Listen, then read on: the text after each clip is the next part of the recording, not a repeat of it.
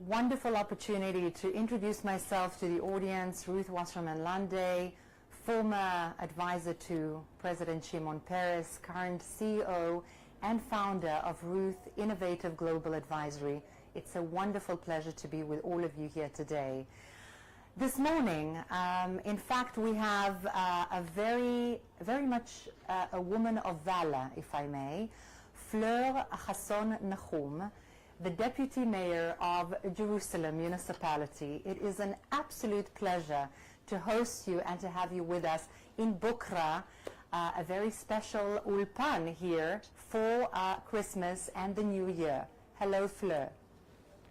Hi, Ruth. The pleasure is all mine, and I'm just sorry that I couldn't have come up there myself, maybe after the lockdown.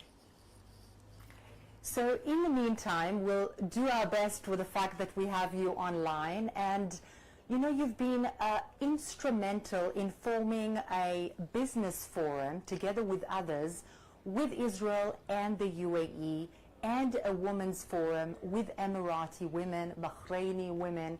You've been extraordinarily active in going there, coming back, forwarding business interactions, but mostly people to people. Can you please tell us a little bit more about that? Absolutely, it's my pleasure. So in the Jerusalem municipality, I'm in charge of international relations, anything that strengthens a city in terms of its international standing. Now, when the normalization and peace agreements were announced, I really had a very strong feeling that Jerusalem has to be at the center of the platform of this peace. Of course, I think we have a unique opportunity because 37% of our city is Arab speaking, and I think it's a very natural, organic bridge to the Gulf. And so I went out there.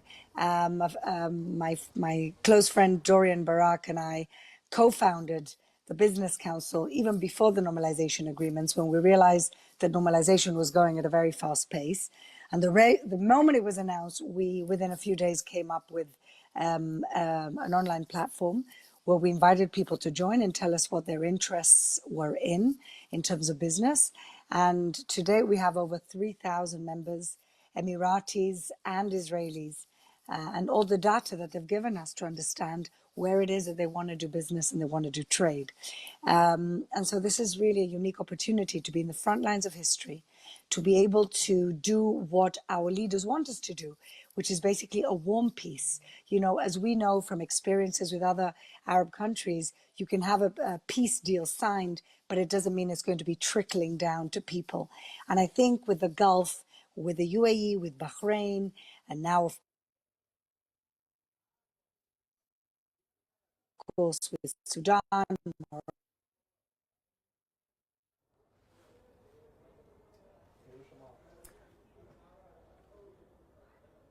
So let me ask you a little bit more about your trip, if I'm not mistaken, recently to Bahrain. You had a very warm experience there, a lot of emphasis on women. Can you please give us a little bit more of the role, the potential role of women in this quite complex region and challenging region, and perhaps their role in forwarding this kind of warm peace that you spoke about earlier? So once we built the Business Council, my friend Justine and I, who I think you've just had in your studio, understood from previous experience that it's always good to have a women's networking group, because women are natural peace builders. Women are natural networkers. And so shortly after we set up the council, Justine and I created the Gulf Israel Women's Forum. And Gulf means that, of course, it's open to all the different countries of the Abraham Accords. And so far, it's been very successful. We had a lot of physical meetings, which is incredible, you know, when you think about the situation that we're all in. And very recently, my visit to Bahrain, I found some very high-powered government women who are also going to be joining our Women's Forum. So we're very excited by what they could bring. But again, it goes back to creating a warm peace, people to people. And you do that through business, and you do that through social interaction, through cultural interactions. And this is really where we're at. And I'm extremely excited to be leading these two initiatives. Absolutely, and I want to thank you. This is a very good opportunity to also thank you for everything that you've been doing in forwarding this. Now, you've mentioned Jerusalem being 37% Arab speaking, and of course the eastern part of Jerusalem is also predominantly with an Arab population. Could you possibly say what are the incentives, what are the added value of perhaps this kind of a relationship and this burgeoning peace vis-a-vis Jerusalem in general, and perhaps vis-a-vis the Arab-speaking part of Jerusalem in particular? I actually think there's a lot of opportunity here for East Jerusalem and the Arab population of Jerusalem. First of all, because East Jerusalem is an area that needs to be better developed. You know, for many years, and I look in the mirror about this, as difference, right, left, didn't really know what to do with East Jerusalem. The Jerusalem municipality also, people, of course, were all residents of the city, but everybody was a little confused about what to do with East Jerusalem. And 3 years ago, a government decision was taken to close the gaps, the social gaps in East Jerusalem with better job opportunities, better infrastructural development. And you know what? It was about time. And I'm very, very keen. Part of my portfolio is also economic development. And the main economic development that needs to happen in the city is with the Arab population of the city. We have an incredible human resource asset in the east part of the city. And so at the moment, we're building programs to ensure that the graduating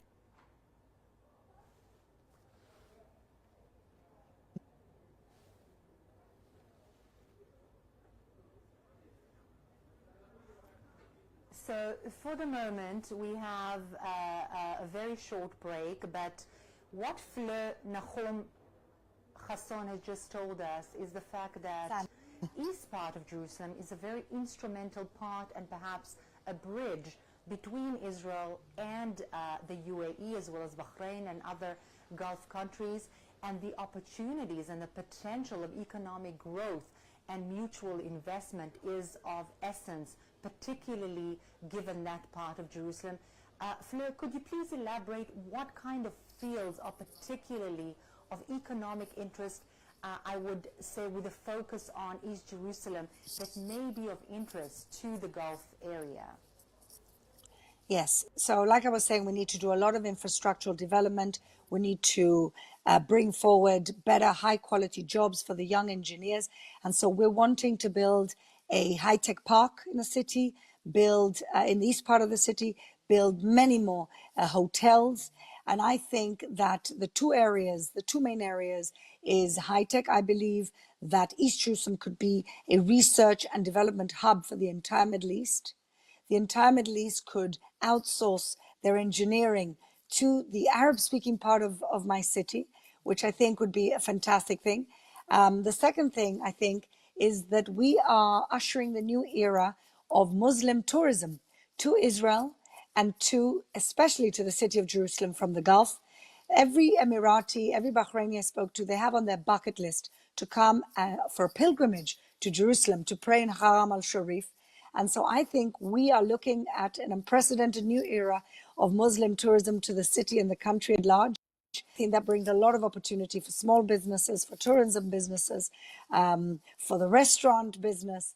But especially we need to be focusing on developing the infrastructures in East Jerusalem, in hotels, in commercial centers, in high tech, and maybe even one of the massive malls like we have in Dubai to bring to East Jerusalem. Endless malls that are, yes, that one needs a lot of physical capability to walk throughout them. Fleur, absolutely. May I ask you, what's next? What kind of internal innuendo, interesting details that you managed to hear while in Bahrain and the UAE, given perhaps other directions and other countries and other companies that may be interested that we have still not signed peace agreements with, but they have shown an interest in working economically with Israel? I think from having been there also a few times now and understanding what people want, I think the most exciting thing at the moment in the Gulf is to find Israeli technologies that and integrate them into existing businesses that make their businesses more efficient, their businesses more cutting edge. I think that's the first opportunity, apart from tourism. The first opportunity is to find those cutting edge businesses, those cutting edge technologies to integrate into Gulf businesses. And the council, our council, is instrumental in having made many of these connections. We just helped a big manufacturing company close a water deal with one of the water tech companies in Israel. And we hope that there will be many, many more like that. Absolutely. It sounds very exciting and very promising, in fact. And perhaps a last question that I would love your intake and insight on. What is the role for Arab Israelis in the forum, in the business forum, and in general as a potential bridge towards the Gulf area and even other wider areas with which Israel is trying and will forge peace agreements? Well, I think just like I said that the Arab community of Jerusalem is very important for this peace, I really, really, truly believe that the Arab Israelis are extremely pivotal here. When I traveled to Dubai a few weeks ago, 70% of my plane were Arab Israelis going on holiday to Dubai. And I was so pleased to see that because ultimately the cultural connection, is incredible. It's a very organic to the Arabs of the Gulf to be able to connect to the Arabs of Israel. And I think the Arabs of Israel have an important message to say to the Gulf. Israel is open for business. Israel is a diverse country. Israel welcomes all, no matter what race or religion you are. And this is a message that mainly the Arab Israelis can convey to the Gulf. And so I am very privileged to have a lot of partners in Israel who are Arabs, who are friends, and who are being pivotal today in businesses with the Gulf. They've been doing this for many years, and now it's their chance to do this under the hat of Israel. And I think it's really, that is the most important thing. Wonderful to hear that, and a great message for our audience. Fleur Hassan-Nahoum, the Deputy Mayor of the Jerusalem Municipality, it has been a pleasure to speak with you today. Thank you very much, and have a wonderful new year. Thank you. Thank you. Thank you so much. So I'd just like to say thank you from Ruth Wasserman Lande at the Bokra Ulpan, as the CEO and founder of Ruth Innovative Global Advisory and Consultancy, and former advisor to President Shimon Peres. Thank you very much for being with us today.